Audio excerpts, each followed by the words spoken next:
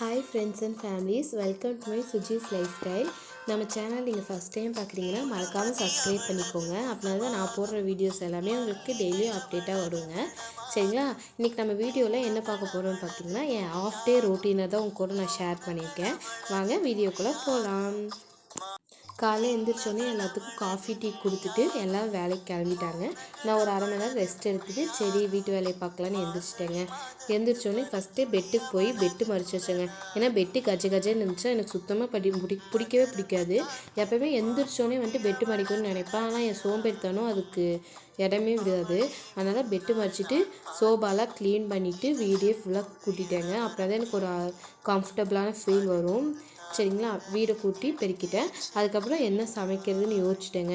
முட்டை தோசையும் தக்காளி சட்னிங்க. அதுக்கு ஃப்ரெஷ்அப் ஆகிட்டு செய்யலான்னு சொல்லிவிட்டு நான் ஃபஸ்ட்டு எப்போயுமே ஃப்ரெஷ்அப் ஆகிறதுக்கு முன்னாடி என் ஹேருக்கு ரோஸ்மெரி வாட்டர் வந்துட்டு ஸ்ப்ரே பண்ணுவேன். ஏன்னா அது நம்ம பேபி ஹேரெல்லாம் வந்துட்டு க்ரோத் ஆக நல்லா ஹெல்ப் பண்ணுதுங்க. 1 மந்த் நான் யூஸ் பண்ணி எனக்கு நல்ல ரிசல்ட் தெரிஞ்சிருக்கு. நீங்களும் வேணால் ட்ரை பண்ணி பாருங்கள். சரிங்களா? ஃபேஸ் மேக்கப் போடப்போ நான் வந்துட்டு வீடியோ மிஸ் பண்ணிட்டேன். உங்களுக்கு வேணும் அப்படின்னா மறக்காமல் கமெண்ட் பண்ணுங்கள். நான் வந்துட்டு உங்களுக்கு வீடியோ போடுறேன்.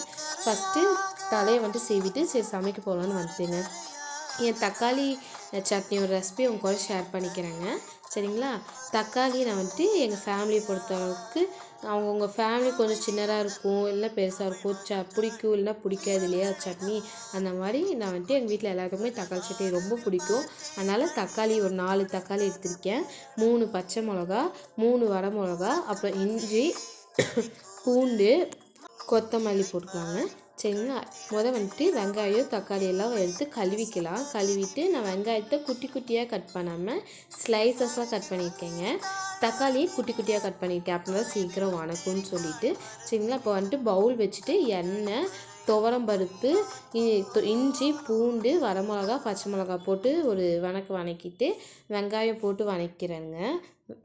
வெங்காயம் போட்டு நல்லா வணக்கிடணுங்க. அப்புறம் வந்துட்டு தக்காளி போடுறதுக்கு முன்னாடி வெங்காயம் நல்லா கோல்டன் ப்ரௌன் வந்துட்டு ஆகணுங்க. அப்படின்னா தான் நல்லாயிருக்கும். அப்புறம் தக்காளியை போட்டுக்கலாம். தக்காளி போட்டுட்டு தக்காளி சீக்கிரமாக வேகணும் அப்படின்னாங்கன்னா கல் உப்பு போட்டுக்கணுங்க. கல் உப்பு போட்டால் சீக்கிரம் தக்காளி வெந்துடும். அதனால் நான் வந்துட்டு கல் உப்பும் போட்டுக்கிறேங்க. எண்ணெய் எனக்கு கொஞ்சம் பத்தலைங்களா, அதனால் கொஞ்சம் எண்ணெயும் ஊற்றிக்கிட்டேன்.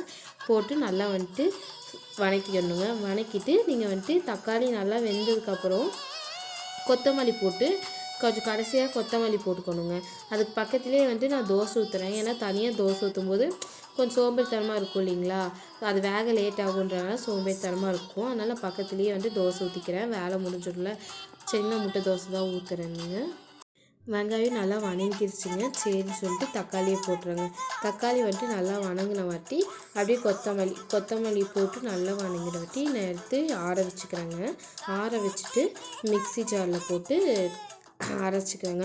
நல்லா சூடு ஆறினதுக்கப்புறம் தாங்க அரைக்கணும். இல்லைன்னா அதுக்கு முன்னாடி அரைச்சிங்கன்னா மூஞ்சில் தெரிச்சிடுங்க. சரிங்களா? எல்லா பக்கம் தெரிச்சிடும். அதனால் நல்லா நான் ஆற வச்சுட்டு தான் நான் வந்துட்டு மிக்சியில் போட்டு அரைக்கிறேங்க.